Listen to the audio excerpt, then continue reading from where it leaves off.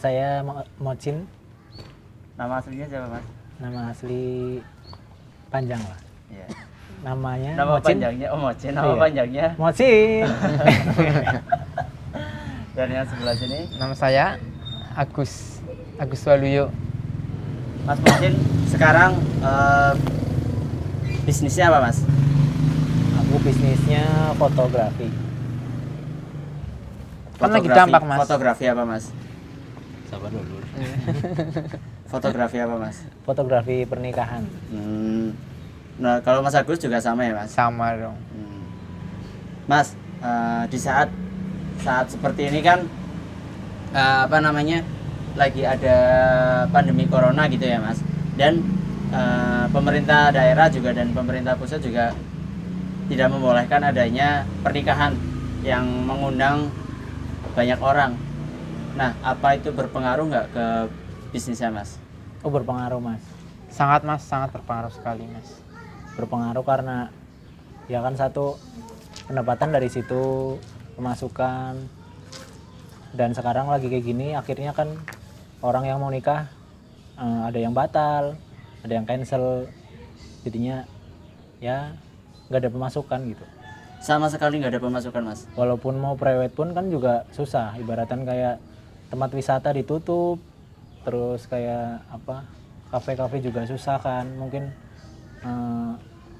apa ya mungkin susah lah. Terus juga kan larangan untuk berkerumun juga lagi nggak boleh. Kalau Mas Agus sendiri Mas?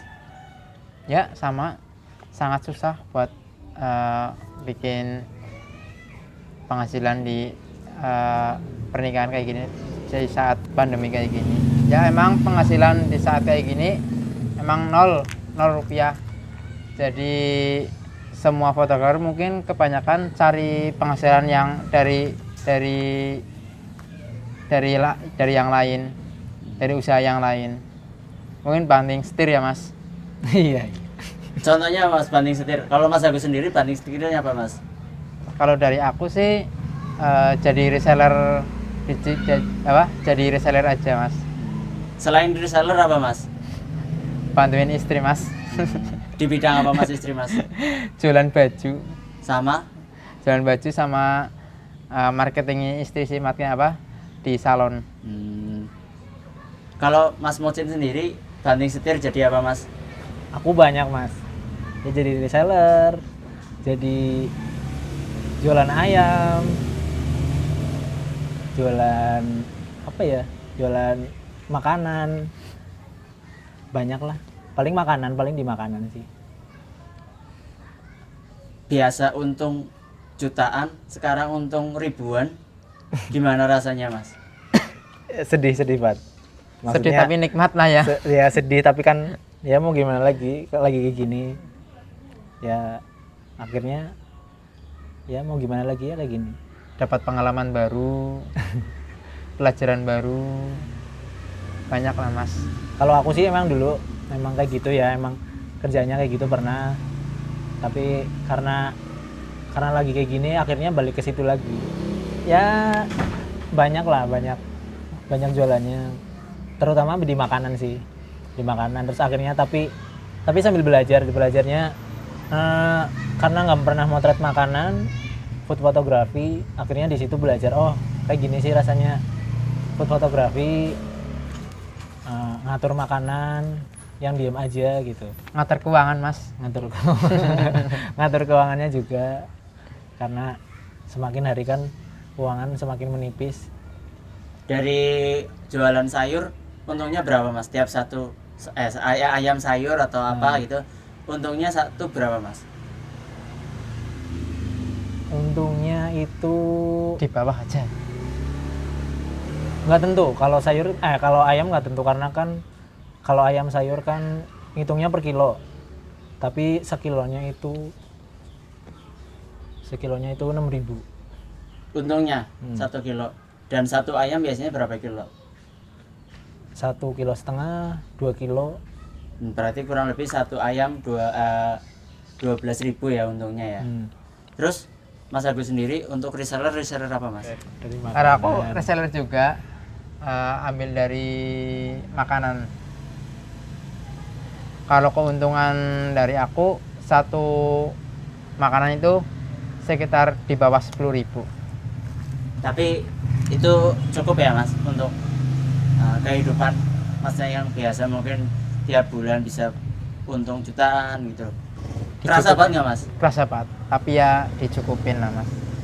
Dan mungkin dari Mas Oki, Mas Mocin atau Mas Agus pernah nggak diperhatikan sama pemerintah?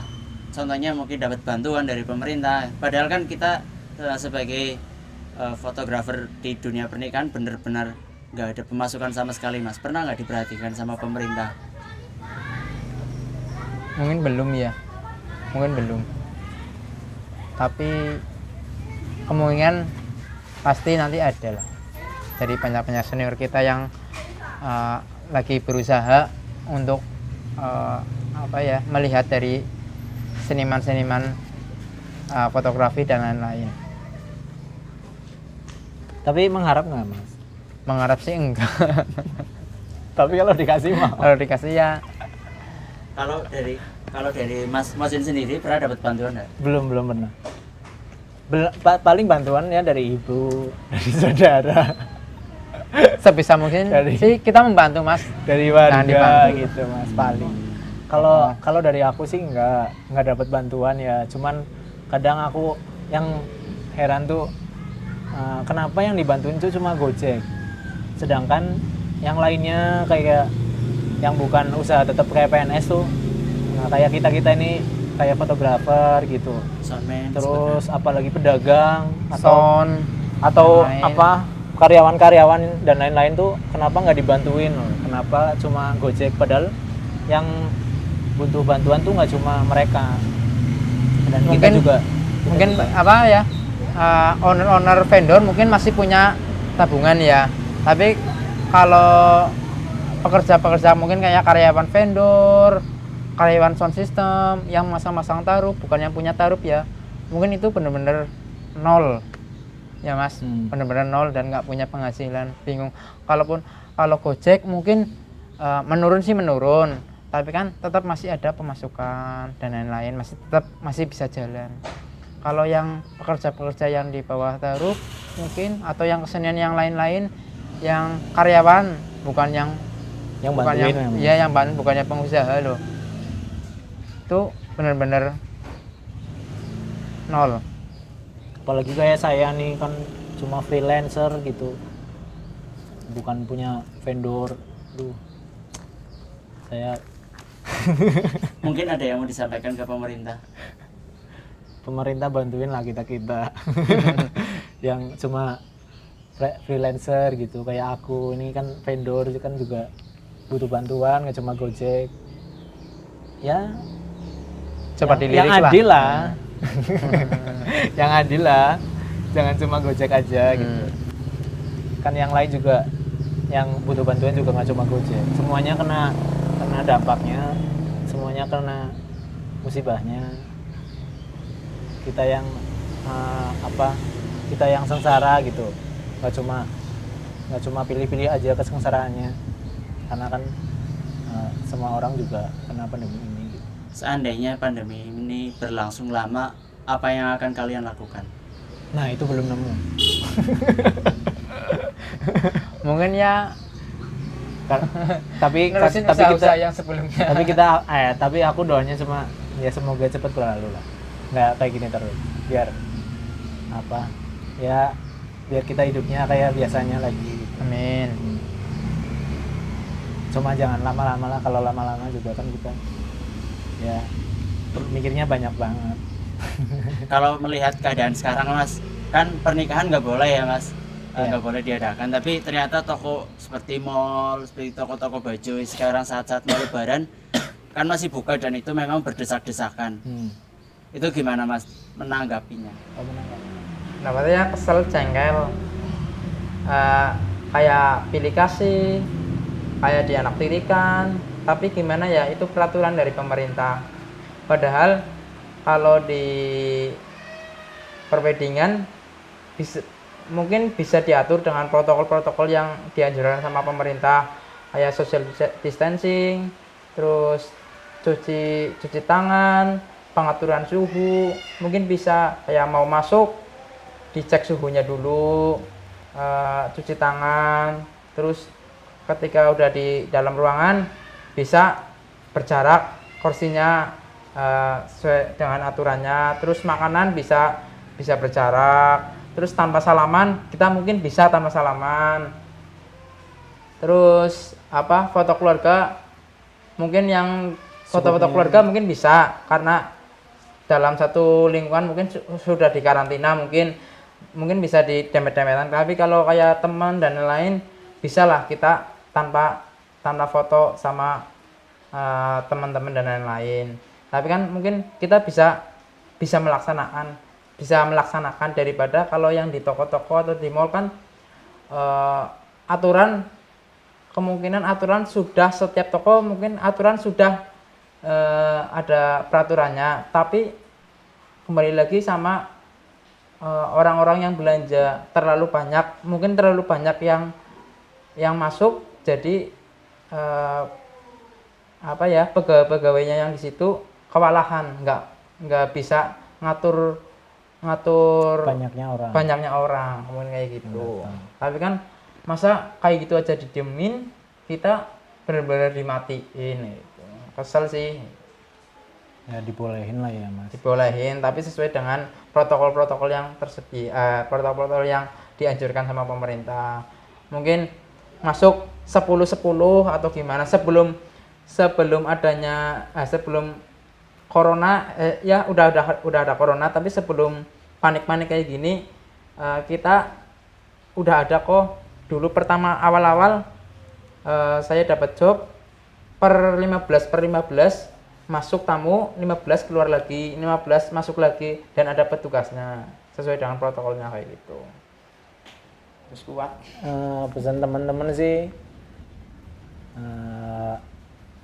ya apapun keadaannya ya kita sih harus cepet tanggap ya, kayak kita wedding pun kayak gitu, kayak kerjaan kita lagi kayak gini, kayak lagi hari biasa. Nah, kita pun harus nyiapin itu kayak misalnya tabungan atau uang yang harusnya nggak dipakai, terus dan lain-lain lah. Dan sekarang pun harus kayak gitu, nyiapin. Dan kayak misalnya sekarang banyak yang orang cuma ngandelin dari tabungan, terus habis itu mungkin kayak usaha fotografi beralih ke usaha lain, makanan atau usaha lainnya lah. Dan itu pun karena kayak buat nyembuhin keuangan mereka masing-masing. Berarti harus benar-benar belajar dari sini, harus belajar manajemen keuangan perusahaan kita. Harus benar-benar lihat, nggak mungkin kan musibah kayak gini diatur ya, mungkin datang tiba-tiba. Berarti kita harus punya mungkin itu tabungan dan lain-lain. Kayak manajemen keuangan mungkin kan udah dipisah-pisah, jadi kita bisa tahu kalau nanti di depannya ada musibah lagi atau kita udah ada pegangan, udah ada kayak gimana sih kita bertahan buat 3 bulan ke depan gitu. Nah kayak gitu, kayak kita sih pernah ikut ya Mas. Iya, workshop kayak gitu. Workshopnya kayak gimana sih kita bertahan buat 3 bulan ke depan, kita harus nyiapin apa aja biar kita bisa bertahan tuh nggak dalam 1 bulan besoknya gitu.